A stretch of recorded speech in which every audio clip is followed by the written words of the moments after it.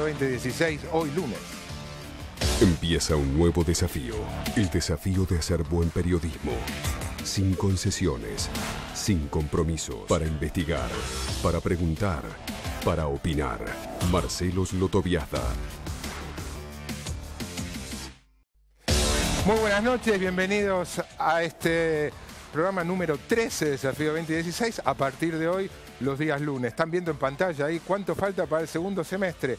Aunque la verdad esto ya quedó desactualizado, Gabriela Michetti, Mauricio Macri ya han tenido que reconocer que la mejora en el nivel de actividad va a haber que esperar para ello, no al comienzo del segundo semestre, sino bien entrado 2016 o más bien el 2017. Macri dijo, de hecho, para ver los frutos de todo esto va a haber que esperar un año más a partir de ahora. En el programa de hoy, programa número 13, vamos a charlar con dos protagonistas claves de dos de los temas centrales de la actual coyuntura.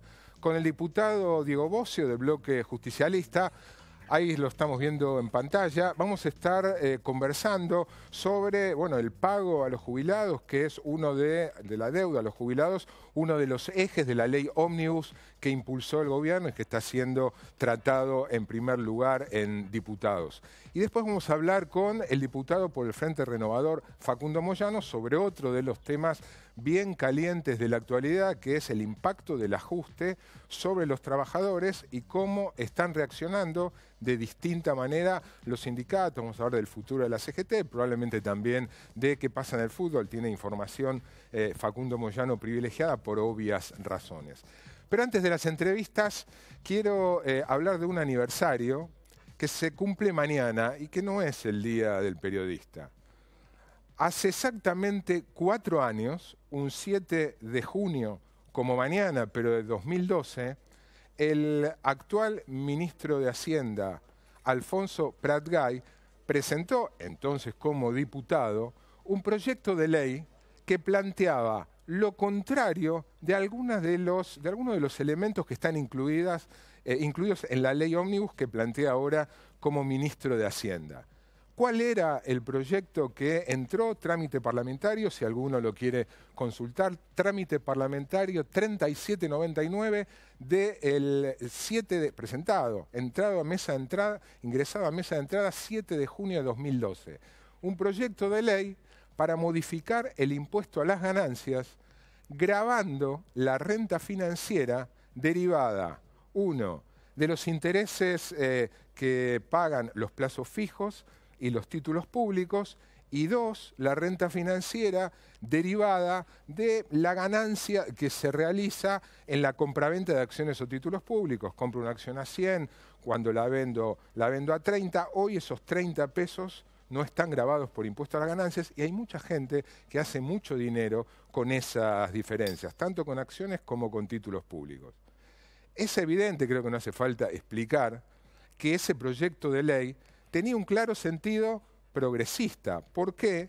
Porque gravaba, es decir, le cobraba más impuestos a quienes tienen parte de sus ingresos derivados de la renta financiera, que son en su inmensa mayoría personas con un alto poder adquisitivo. Un proyecto de ley de claro sentido progresista. Por el contrario, la ley ómnibus que el gobierno actual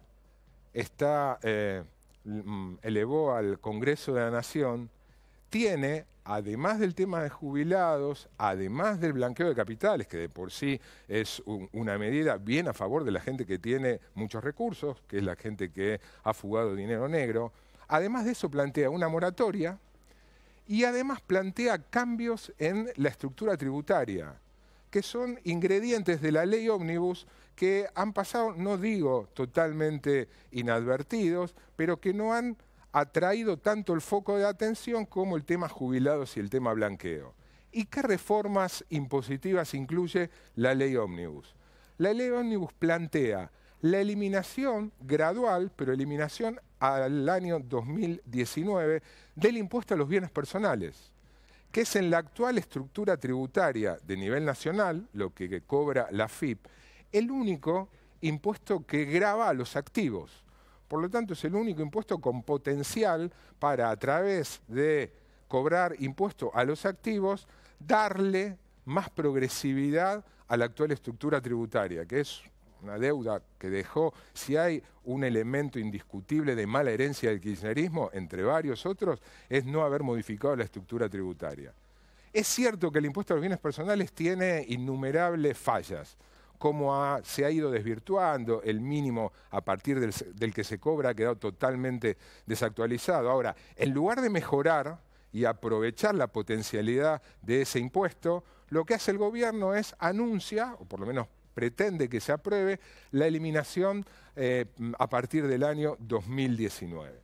Además de eso, el proyecto de ley amplía la exención que ya existe para no pagar por las ganancias de capital, las diferencias al comprar y vender acciones o títulos públicos, amplía esa exención ya existente y además elimina el gravamen a los dividendos que el kirchnerismo había introducido como una leve modificación en el año 2013.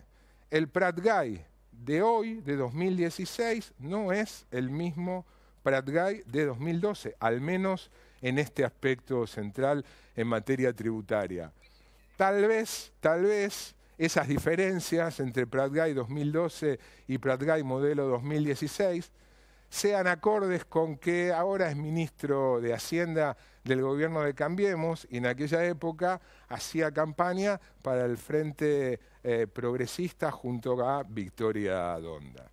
Vamos a los primeros auspicios y conversamos sobre el tema jubilados y el proyecto ómnibus en general y, por qué no, sobre esto que acabo de plantear con Diego Bossi.